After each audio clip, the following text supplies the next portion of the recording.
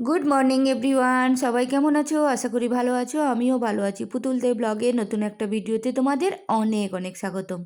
বিয়ের পর থেকে যে প্রবলেমটার আমি এখনও পর্যন্ত ফেস করছি সেটা হচ্ছে জল। আমার শ্বশুরবাড়ির কাছে জলটা একদম ভালো না, আয়রন প্রচুর জলটায়, ওই জন্য আমার একটু পটিতে খুব প্রবলেম হয়। তো যাই হোক, আর মা প্রথম আমার যখন এই প্রবলেমটা হতো, তো মা প্রথম এই ইসবগুলের ভুসিটা আমাকে কিনে দিত। কিন্তু অনেকটা করে কিনে দিত বলে অনেক নষ্টও হয়ে যেত। মানে আমি মাঝে মাঝে খেতাম। আর এটা যেহেতু মাঝে মাঝে প্রবলেম হয়, তো আমি দেখলাম সেদিন যে আমার একটু প্রবলেম হচ্ছে, ওই জন্য দেখো সামনের দোকান থেকে এটা আমি কিনে নিয়ে এলাম। এটা বানানো একদম সহজ পদ্ধতি। সকালবেলা ঠান্ডা জলে একটু চিনি দিয়ে কত ৫ মিনিট খানিক বা ২ মিনিট খানিক ভিজিয়ে রাখলে একটা মানে আঠালো একটা জলের মতো হয়ে যায়। ওইটা খেয়ে নিলে মোটামুটি আমার প্রবলেমটা সলিউশন হয়। একদম যে খুব ভালো করে সলিউশন হয় সেটা নয়, মোটামুটি হয়, মানে কাজ চলে যায়।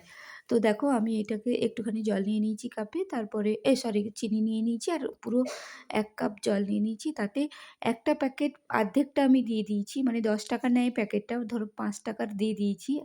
আর একদিন হবে, ওই জন্য আমি প্যাকেটটা ভালো করে রেখে দিয়েছি। এই দেখো কেমন ব্যাপারটা হয়েছে। দেখো তোমরা বেশ মানে ভিজে গেছে, ওইটা বেশ আঠালো একটা ব্যাপার হয়ে গেছে। এটা খেলে আমার মোটামুটি প্রবলেমটা সলিউশন হয়। তো আজকে যেহেতু সানডে, আজকে ছেলে বাড়িতে আছে।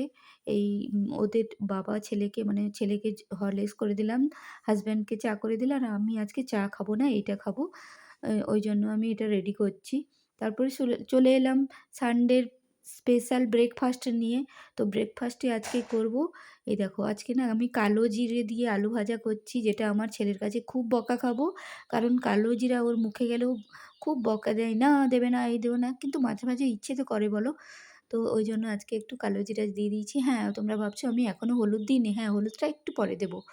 আর এখানে গরম গরম পরোটা করব। পরোটা আর আলু ভাজা আজকের ব্রেকফাস্টে।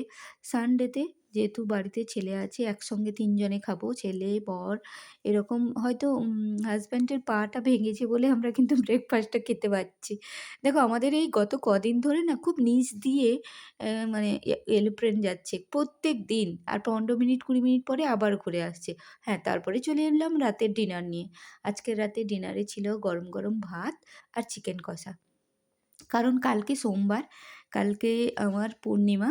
তো কালকে সারাদিন আমি ভাত খেতে পাবো না। ওই জন্য আজকে আমি সানডেতে ভালো করে চিকেন আর ভাতটা খেয়ে নিচ্ছি। যেহেতু পূর্ণিমা করি আমি।